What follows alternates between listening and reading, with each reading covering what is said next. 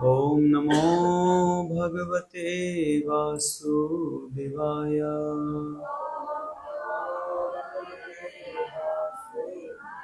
नारायणं नमस्कृत्यं नरं चैव नरोत्तमं देवीं सरस्वतीं व्यासं ततो जयमुदीरये।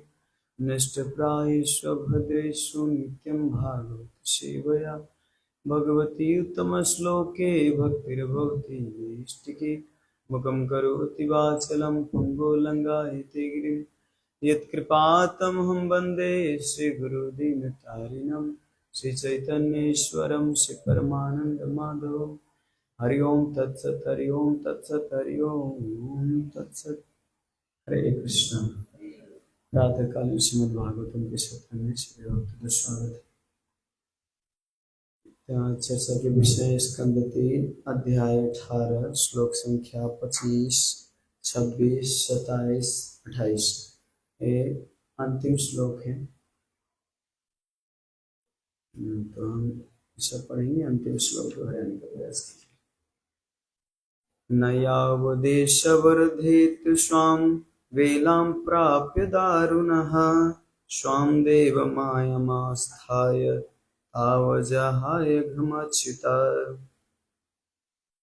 ब्रह्मा ने आगे कहा, हे भगवान, आप अच्युत हैं, कृपा करके इस पापी असुर को इसके पूर्व की आसुरी घड़ी आए और यह अपने अनुकूल दूसरा भयंकर शरीर धारण कर सके, आप इसका वध कर दें। निस्संदेह आप अपनी अंतरंगा शक्ति से इसका संहार कर सकते हैं। ईशा घोरतमा संध्या लोकक्षम बट करी प्रभो उपसमर्पति सर्वात्मन सूराणाम जय माहवः। हे भगवान, संसार को आच्छादित करने वाले अत्यंत अंधेरी संध्या वेला निकट आ रही है। क्योंकि आप सभी आत्माओं के आत्मा हैं, अतः आप कृपया इसका वध कर दें और देवताओं को विजयी बनाएं। 27 अधुनैषोभिजीनां योग मुहूर्ति को है गात शिवाय नस्त्वं सुहृदा माशु निस्तर दुस्तरम। विजय के लिए सर्वाधिक उपयुक्त अभिजीत नामक शुभ मुहूर्त घड़ी का योग दोपहर से हो चुका है और अब बीतने ही वाला है। अतः अपने मित्रों के हित में आपका कृपया इस दुर्जय शत्रु का अविलंब विनाश कर दे। दिष्टया त्वां विहितं मृत्युमयमाशितं स्वयं। इसका दोहरा लीजिए, अंतिम श्लोक है। दिष्टया त्वां विहितं मृत्यु मयमासादित स्वयं विक्रमैनं मृधि हत्वा लोकानाधेहि शर्मणिः। दिष्टया त्वां विहितं मृत्यु मयमासादितः स्वयं विक्रमैनं मृधि हत्वा लोकानाधेहि शर्मणि। दिष्टया त्वां विहितं मृत्यु मयमासादितः स्वयं विक्रमैनं मृधि हत्वा लोकानाधेहि शर्मणि।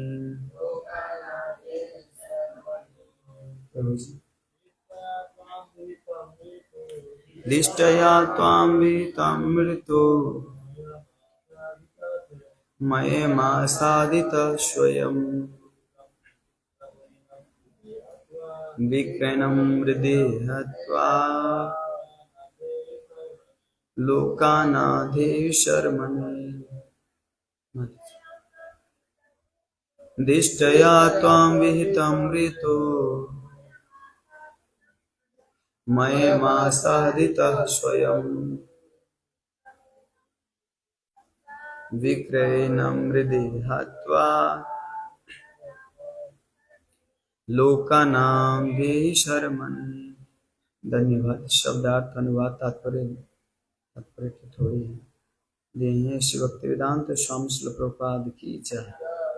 दिष्टया सौभाग्यवश त्वाम आपको विहितम विहित मृत्युम मृत्यु अयम यह असुर असादितः आया है स्वयं स्वेच्छा से विक्रम्य अपना शौर्य प्रदर्शन करके एनम उसको मृदे द्वंद्व में हत्वा मारकर लोकान लोकों को आधे ही स्थापित करे शर्मणि शांति में।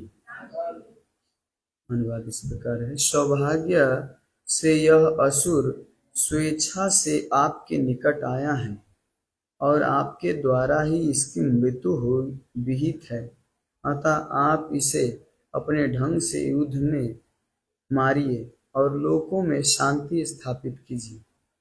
इस प्रकार श्रीमद् भागवतम के तृतीय स्कंद के अंतर्गत भगवान बराह तथा असुर हिरण्याक्ष के मध्य युद्ध नामक 18वें अध्याय के भक्ति वेदांत तात्पर्य पूर्ण हुआ। श्री प्रभुपाद की जय। ओम ज्ञानतिमिरन्धस्य ज्ञानाञ्जनशलाकया चक्षुन्मीलितं येन तस्मै श्रीगुरवे नमः। श्रीचैतन्यमनोभीष्टं स्थापितं येन भूतले स्वयं रूप कदा मह्यं ददाति शोभदान्तिकं। वन्देऽहं श्रीगुरो श्रीयुतापदकमलं श्रीगुरुवैष्णवांश श्रीरूपं साग्रजातं सगण रघुनाथान्वितं तं सजीवं साद्वैतं सावधूतं परिजनसहितं कृष्ण चैतन्यदेवं श्रीराधा कृष्ण पादान् सगण ललिता श्रीविशाखान्वितांस। हे कृष्णा करुणा सिंधु दीनबंधु जगत्पते गोपीश गोपिका कांत राधा कांत नमस्तुते। तप्त कांचन गौरांगी राधे वृंदावनेश्वरी वृषभानुसुते देवी प्रणमामि हरिप्रिये। वाञ्छाकल्पतरुभ्यश्च कृपा सिन्धुभैव च पतितानं पावनेभ्यो वैष्णवेभ्यो नमो नमः। नमो विष्णुपादाय कृष्णपृष्ठाय भूतले श्रीमते भक्तिवेदांत स्वामीति नामिने। नमस्ते सारस्वती देवे गौरवाणी प्रचारिणे निर्विशेष शून्यवादी पाश्चात्य देश तारिणे। जय श्री कृष्ण चैतन्य प्रभु नित्यानंद श्री अद्वैत गदाधर शिवासादि गौर भक्तवृंद। हरे कृष्णा कृष्ण कृष्णा हरे हरे हरे राम राम राम हरे हरे। हरे कृष्णा। सबके फेस पर देखते ही लग रहा था कब सो जाए। कुछ दिन तक थका थका जैसा सब दिखेंगे। जन्माष्टमी में पूरा एकदम अपना जितना बल बूता लगा के पूरा शक्ति लगा के सेवा किए सब, इसीलिए सब थके थके। अगर खूब आराम से सोए होते तो थके नहीं, लेकिन भगवान की सेवा में पूरा वास्तव में यही जीवन की सफलता है। खिजोले ने राधा गोविंद गोस्वामी गुरु महाराज कहते हैं कि इस पैर को इतना थकाना चाहिए, परिक्रमा करके इतना थकाना चाहिए कि जितना हम भौतिक संसार में जितना कार्य किए इस पैर से, उससे कई गुना ज्यादा इतना थकाना चाहिए कि केवल यही सेवा याद रहे और इतना बोले, इतना भगवत कथा करे, इतना भगवान के बारे में प्रचार करे कि कंठ भी बैठ जाए तो याद आए कि किस लिए बैठा हुआ है कंठ, है ना। या सेवा में भी कुछ भी इतना सेवा करे कि उसी का याद रहे, केवल वही सेवा का याद रहे, बाहर चीज का ना रहे। जैसे आप बाहर ऑफिस में ज्यादा काम करो, उसमें थक जाओ, तो क्या चीज का याद रहता है? ऑफिस का याद रहता है। और वृंदावन में जाके खूब परिक्रमा करके, खूब नाम जप करके, खूब भक्तों का संग साथ, ज्यादा रेस्ट ना करके, ज्यादा अपने शरीर को भगवान की सेवा में लगाया जाए, तो और ज्यादा वो बहुत याद रहते हैं। लेकिन बहुत लोग वृंदावन जाते हैं तो परिक्रमा करने के बाद जब पैर थक जाता है तो जाके मशीन में डाल लेते हैं पैर को और मसाज करवा लेते हैं। तो मसाज करवाने के बाद फिर वो दर्द खत्म हो जाता है, बस भूल जाते हैं उसी समय। तो अभी बहुत सुंदर प्रसंग चल रहा है कई दिनों से। इसमें भगवान एक कुश्ती जैसा खेल रहे हैं और उसमें हिरण्याक्ष लग रहा है अब परास्त कर देगा, अब परास्त कर देगा भगवान को। अब देवताओं को डर लग रहा है, कहीं हो न हो, कहीं ये असुर दूसरा रूप धारण कर ले। विश्वास था कि भगवान विष्णु इनको मार देंगे, भगवान विष्णु से बलवान नहीं है, लेकिन फिर भी इनको लगता था कि असुर है, कब अपना रूप परिवर्तन कर ले, कब क्या कर ले, कब भाग जाए तो और ज्यादा तबाही मचाएगा ये। तो इसीलिए प्रार्थना कर रहे हैं देवता लोग कि आपके लिए तो एक मच्छर के समान है, चींटी के समान, आप चाहो तो मार सकते हैं अभी, तो आप इतना नखड़ा क्यों कर रहे हैं? जल्दी से जल्दी, अभी मुहूर्त निकला जा रहा है, मार दीजिए इनको, नहीं तो हो सकता है दूसरा रूप धारण कर ले। तो इसीलिए अब कभी कभी आप देखते हैं कुश्ती में, जैसे राहुल और अजय का कहीं कुश्ती चल रहा है, तो राहुल के पक्ष वाले बोलते हैं राहुल राहुल राहुल राहुल राहुल, अजय के पक्ष वाले बोलते हैं अजय अजय अजय।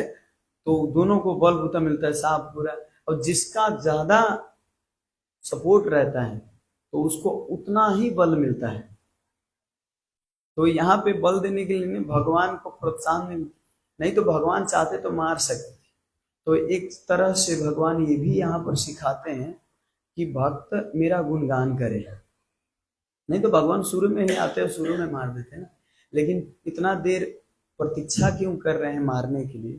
कि भक्त लोग गुणगान करे, स्तुति करे, किसी न किसी तरह भगवान के लीलाओं के माध्यम से भगवान यही चाहते हैं कि भक्त मेरा गुणगान करे, इसका मति दूसरे जगह पर ना जाए हर समय, क्योंकि इसी में कल्याण है उसका।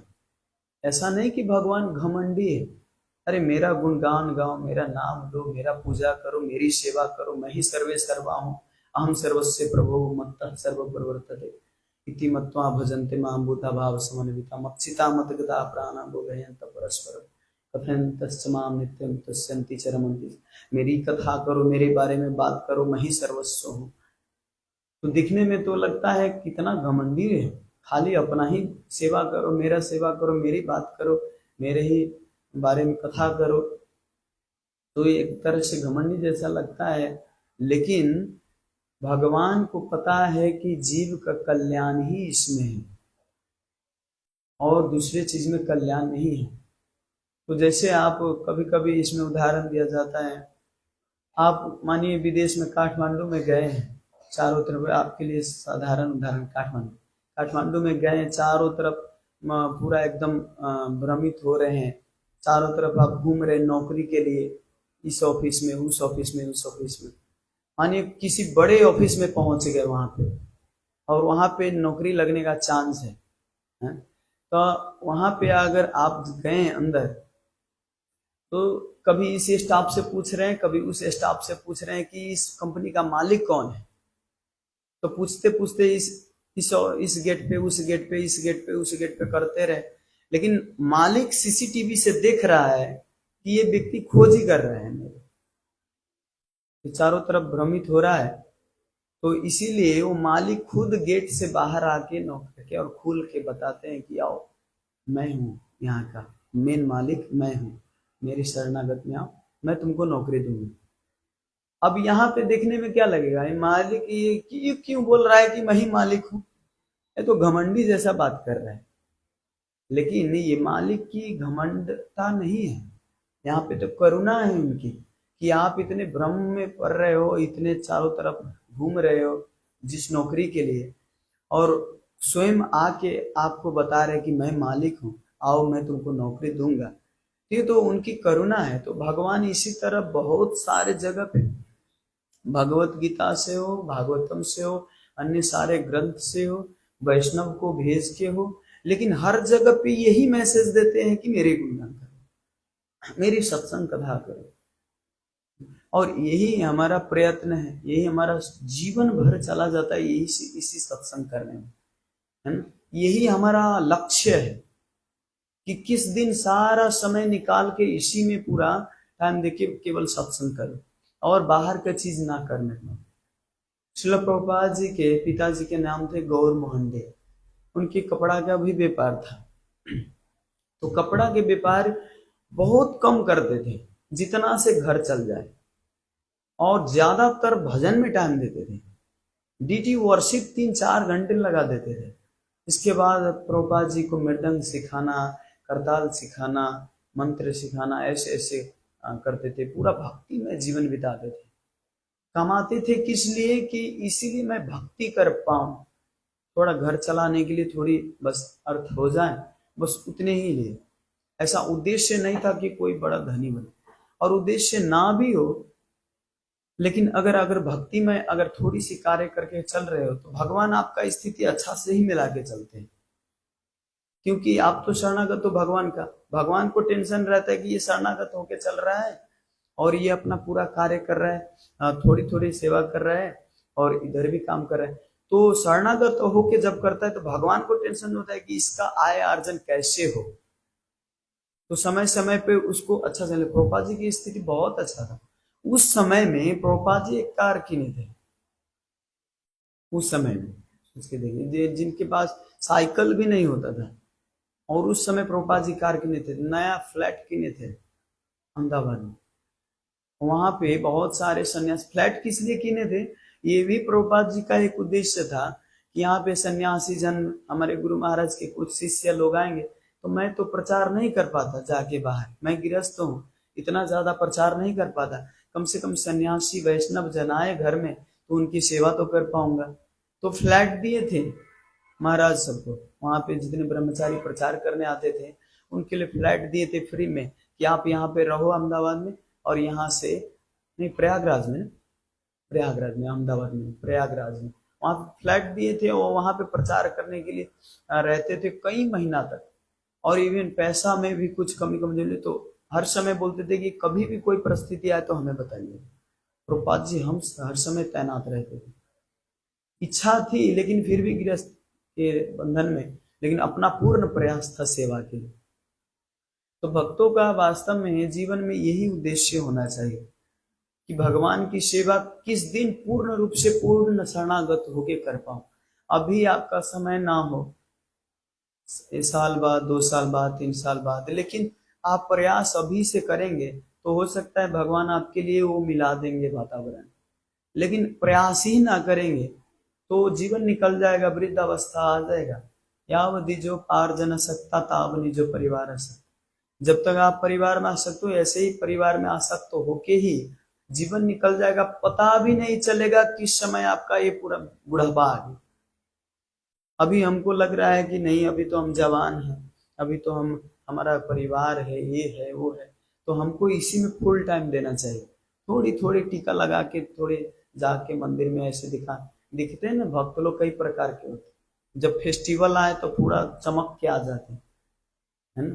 देखिए और सारे प्रोग्राम में सेवा के समय दूसरे दिन देखें बर्तन धोना कौन है कोई पता नहीं, है ना, सामान को पूरा भद्र गोल चारों तरफ।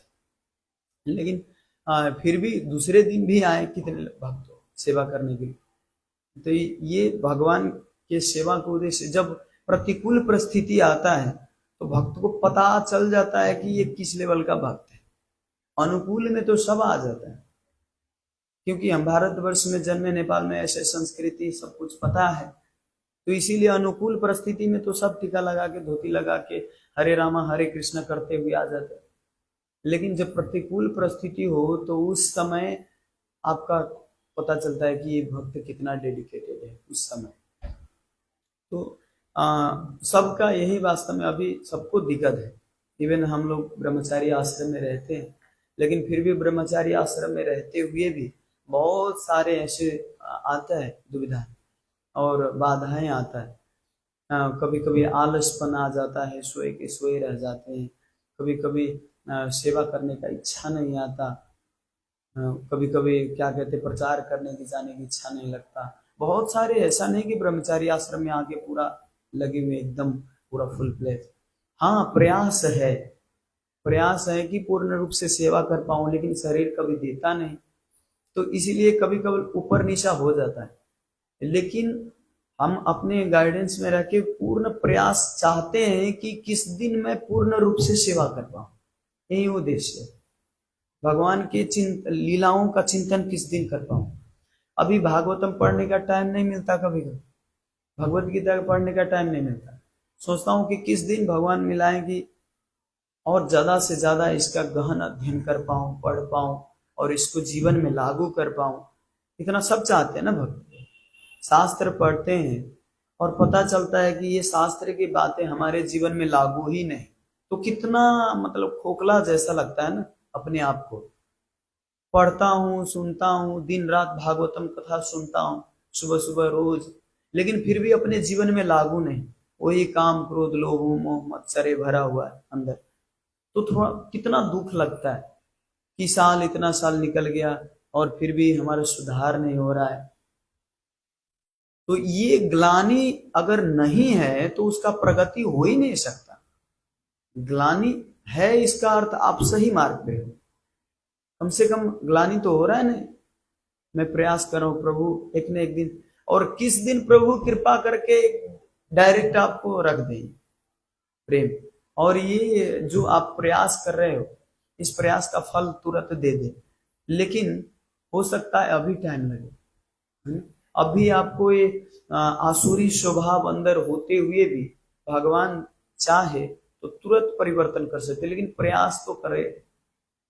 हमको यही लगता है, मैंने जीवन में अनुभव किया कि जो व्यक्ति कितना भी गलत हो, कितना भी निकृष्ट, एकदम पतित अवस्था में हो, लेकिन वो व्यक्ति मैं देखता हूँ वो प्रयास कर रहा है, एक दिन कितना गजब व्यक्ति निकल जाता है, वो पता भी नहीं चलता। और पहले सोचते अरे ये व्यक्ति तो ऐसा था, ये तो इतना डेडिकेटेड कैसे हो गया, गुरु के इतना प्रिय कैसे हो गया। मैं दिन रात में देखता हूँ सेवा में लगा हुआ है। ये तो पहले गांजा भी पीते थे, हाँ गांजा नहीं छोड़ दीजिए, भक्तों को बहुत डांटते थे, गाली देते थे, बहुत ईर्ष्या करते थे, द्वेष करते थे। लेकिन आज तो ये तो बहुत नाम जप में भी इनका रुचि बहुत अच्छा है, मंदिर में सेवा करते हैं तो कितना अच्छा से सेवा कर रहे हैं। क्यों? उनका प्रयास बीच में टूटा नहीं। बेचारा का कितना उनका अपना प्रारब्ध हो, कर्म हो, लेकिन प्रारब्ध कर्म को छोड़ते हुए, लात मारते हुए, साइड में रखते हुए कितने लोग हताश हो जाते हैं कि अरे मेरा स्वभाव ही ऐसा है, क्या करूं प्रभु जी, मैं सेवा नहीं कर पाऊंगा, मैं मंदिर नहीं आऊंगा, भक्तों को मैं डांट देता हूँ, कभी अपराध हो जाता है, और इसीलिए अपराध हो जाता है, इसीलिए मैं बाहर रहता हूँ, आता ही नहीं। ये तो ऐसा ही हो गया प्रभु जी, मैं रास्ते पे चलता हूँ, ठेस लाके कभी कभी गिर जाता हूँ, इसीलिए मैं चलना ही बंद कर दिया, रोज बेड पे सोता हूँ, है ना, चलना ही बंद, कहीं एक्सीडेंट ना हो जाए इसीलिए मैं जाता ही नहीं बाहर। ये तो मतलब गलत का सुधार नहीं होगा ना, तो और आप पैरालाइज हो गया और बीमार पड़ के मर जाएंगे एक जगह पे रहेंगे तो। लेकिन बाहर निकलेगा, हो जाएगा, ठेस लगेगा, सीखेगा फिर। वैष्णवों के साथ में आएंगे, थोड़ा गाली गलौज जो होता है अपना संस्कार अपने अनुसार, लेकिन फिर भी उसको सहते हुए अगर वो पूर्ण प्रयास कर रहा है धीरे धीरे।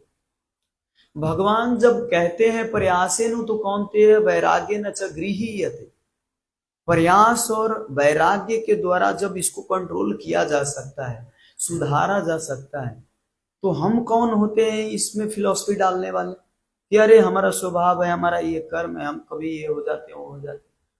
अरे कैसे कैसे व्यक्ति भी सुधार। अर्जुन का क्षत्रिय गुण था, उनका भक्त स्वभाव, वो क्या कहते हैं अंदर का जो करुणा निकल रहा है, प्रभु मैं कैसे इनको मारूं, अपना गुरु है, अपने साला है, अपने संबंधी है, इसको कैसे मारूं। आप कैसे कह रहे हो मारने के लिए? अगर आपके आगे संदीपनी मुनि आ जाए तो क्या आप उन पे बाण चलाओगे? तो ऐसे भगवान को तर्क दे रहे हैं, लेकिन भगवान ऐसे उनको कन्विंस की, और बताएं उनको कि तू क्षत्रिय गुण है तुम्हारे, तू प्रयास करो तो आराम से तुम अपना मन को भी कंट्रोल कर सकते हो, सब कुछ कर सकते हो।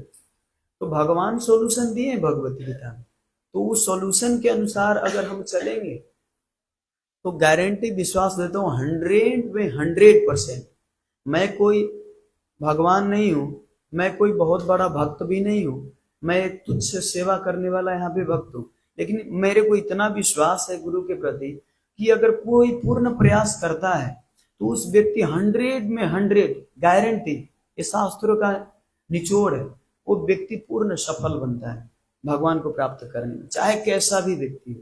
इस शास्त्र में कई ऐसे उदाहरण, कालिदास जैसे मूर्ख व्यक्ति जिसको पता भी नहीं था कि इधर बैठ के काटना है पेड़ कि इधर बैठ के काटना है, जब डाल काटते थे तो उल्टा बैठ के काटते थे, इधर काट रहे हैं उधर बैठे, इसको बोलते थे ए गिर जाएगा भाई, कैसे काट रहे हो, गिर के मर जाएगा, चल हमको सिखाने आता है तो कैसे काटना है, चल यहाँ, और दूसरे को डांट के भेज देते थे। उसको पता भी नहीं था कि मैं गिर के हमारा घाव लग जाएगा, मर जाऊंगा, ऐसा कुछ नहीं। ऐसे मूर्ख भी भगवत कृपा से, संत की कृपा से वो इतने बड़े संत बने, कालिदास, है ना। कहीं ऐसे आता है, चैतन्य महाप्रभु के भी लीला में एक क्या कहते हैं झाड़ू लगाने वाला व्यक्ति था, उनका नाम मैं भूल रहा हूँ, वो झाड़ू केवल लगाते थे द्वार द्वार पे जा, और एकदम नीच जाति के थे, तो द्वार द्वार पे जाते थे, और एक दिन चैतन्य महाप्रभु चाहते हैं कि मैं उनका प्रसाद खाऊं, उनके महाप्रसाद खाऊं। सब लोग आश्चर्यचकित हो जाते हैं, अरे बाप रे, वो झाड़ू लगाने वाले दिन रात, और नीच जात के, उनका तो छुआ हुआ नहीं, उनका काम है केवल झाड़ू लगाना, उनका महाप्रसाद बोल रहे। और सोच के देखिए थोड़ा, चैतन्य महाप्रभु के अंदर उनके प्रति क्या भाव होगा कि वो प्रसाद पाने के लिए बोल रहे हैं। रघुनाथ दास गोस्वामी जो क्या कहते हैं, नाले के जो प्रसाद पूरा सड़ा हुआ प्रसाद, उसको लेके धो के, और रघुनाथ दास गोस्वामी जब खाते थे, चैतन्य महाप्रभु बोलते थे ये अमृत तू अकेले अकेले खा रहे हैं, हमको नहीं देता, तो आके चैतन्य महाप्रभु जबरदस्ती उनके हाथ से लेके और खाते थे। अब ये खाना बड़ी बात नहीं है, उनके प्रति भाव क्या होगा चैतन्य महाप्रभु के, वो चैतन्य महाप्रभु क्या सिखाना चाहते हैं समाज को, वैष्णव समाज को, कि नीच जात या उच्च जात इसमें नहीं देखा जाता। अगर कहीं से भी कितना भी निकृष्ट हो, वो पूर्ण क्या कर रहा है, पूर्ण शरणागत होकर प्रयास कर रहा है, वो अपने लेवल से प्रयास कर रहा है। कभी कभी हम देखते हैं विदेशी भक्तों को, वो तो है बहुत साल से भक्ति कर रहे हैं, लेकिन जूता लगा के एकदम गोवर्धन परिक्रमा करते हैं। कभी कभी वृंदावन में जाके कोको कोला फेंटा पीते, हम यहाँ पे भी देखते चाइनीज भक्त आते तो उनका स्वभाव थोड़ा अलग सा होता है ना, क्या कहते बोलने में भी हरे कृष्णा के जगह अले कृष्णा बोलते हैं, तो हम लोगों को लगता है अरे हमसे कितना भी भक्ति करे हमसे तो निकृष्ट ही होगा ये, क्योंकि इनको ना महामंत्र अच्छा से बोलने आता है, राम को आम बोलते, र बोल ही नहीं पता, तो लगता है कि हमसे नीचे, और इसको कोई भारतवर्ष का कोई नीति नियम नहीं, संस्कार नहीं, कुछ पता नहीं किनसे किया बात किया जाए, कभी इस लड़की के साथ कभी मतलब चला जाता है, तो अवैध संग भी है, सब कुछ है, और कभी कभी अपने स्वभाव के वजह से कभी कभी कोको वाला बाहर के भी खाना खा लेते हैं। लेकिन यहाँ पे सोच के देखिए कि एक विदेशी स्वभाव जो लिविंग में रहने वाले दिन रात, कभी विवाह शादी का, प्रभुपाद जी से पूछते थे विवाह क्या होता है, कभी कभी मैरिज भी पता नहीं था, हर समय लिविंग में रहने वाले, ऐसे ही कभी स्त्री के साथ, कभी उस स्त्री के साथ, दिन रात इनका ऐसा ही चलता था। ऐसे व्यक्ति पूरा कम से कम अपने भगवान नाम को ग्रहण करके भारतवर्ष में आके, वृंदावन धाम में आके और साधु संग करने का प्रयास कर रहा है, और उसमें कोको कोला फेंटा जूता लगा के थोड़ा इधर उधर कर रहा है, बाहर से खा लिया। सोच के देखिए उनका लेवल कितना मलेच्छ असुर जाति से हुआ, और कितना तक प्रयास कर रहे हैं। वो व्यक्ति हमसे कितना ऊंचे लेवल पे है, हम तो दिन रात भारतवर्ष में रह के सब कुछ सीखे, संस्कार मिला है माता पिता से, लेकिन फिर भी हमारी श्रद्धा उतनी नहीं, हमारे इच्छा के अनुसार श्रद्धा आती, जब अनुकूल हुआ तो श्रद्धा खूब उत्पन्न हो जाता है, जब प्रतिकूल हुआ तो सब बड़ा करके लात मार के निकल जाए, है ना। लेकिन उनका देखिए एक तरह से एक ध्येय से जब कीर्तन होता है ना, तो चू चा थोड़ा भी नहीं बोलता, एकदम ध्यान पूर्वक वो सुनते हैं, हरि नाम को जपते हैं पूरा ध्यान पूर्वक, सेवा भी करते तो पूरा ध्यान पूर्वक। और उनसे जाएंगे तो कहेंगे प्रभु जी हमको नहीं आता, आप तो यहाँ पे जन्म ले, कितना सौभाग्यशाली हुआ। उनके हृदय में भाव देखिए, वो बाहर भी कभी कभी खा लेते हैं, लेकिन आपको कभी कभी वो ग्रेटिट्यूड कृतज्ञता पूर्वक बोलेंगे, आप तो प्रसाद खा पाते, मैं तो कभी कभी बाहर निकल जाता हूँ, ऐसे नहीं खा भी नहीं पाता। उनका कृतज्ञता, यही विनम्रता, भक्ति की पराकाष्ठा ही विनम्रता लाना है। अगर भक्ति करते करते केवल वैराग्य, केवल दिखने में बड़ा साधु दिख रहा है और विनम्रता थोड़ा भी नहीं है उनके अंदर, हर समय में बात बात में वो हो जा रहा है, तो डेवलप नहीं हुआ, भक्ति में वो थोड़ा भी प्रगति नहीं हुआ है। चाहे वो कितना बड़ा भी मठाधीश क्यों ना हो जाए, प्रेसिडेंट क्यों ना हो जाए, बड़ा जीबीसी क्यों ना बन जाए, लेकिन उनके अंदर अगर विनम्रता नहीं है, साधु से व्यवहार कैसे करे हर समय। लेकिन इसमें एक बात ध्यान देने वाली बात है कि महाराज लोग ऐसे हम लोग जज नहीं कर सकते, क्योंकि उनका बाप, उनका व्यवहार देखिए, सेवा में, हरि नाम में, हर चीज से देखना होता है। केवल गुस्सा कर रहे हैं इसी को नहीं देखना होता है, गुस्सा कर रहे हैं किस लिए गुस्सा की इसको भी पता लगाना चाहिए, और किस लिए ये बात बोला, क्यों हमको डांटे, क्यों गाली दी, तो इसको भी पता लगाना चाहिए। केवल ये फॉल डाउन हो गया, ये हो गया, वो हो गया, ऐसे भक्तों की भी ऐसे करते हैं, इसके पीछे रीजन अगर पता नहीं है, कारण नहीं, तो बहुत अपराध लगता है। तो ये बात को, सिद्धांत को वास्तव में समझना बड़ी जरूरी है, नहीं तो भक्ति में हम प्रगति नहीं कर पाएंगे, नहीं तो यह आसुरी स्वभाव हमारा जन्मों जन्म से इसी संसार में चक्र में भिजता रहे। ठीक है। हरे कृष्ण। श्रील प्रभुपाद की जय, अनंत कोटि वैष्णववृंद की जय, निताय गौर प्रेमानंद। हरि हरि बोल।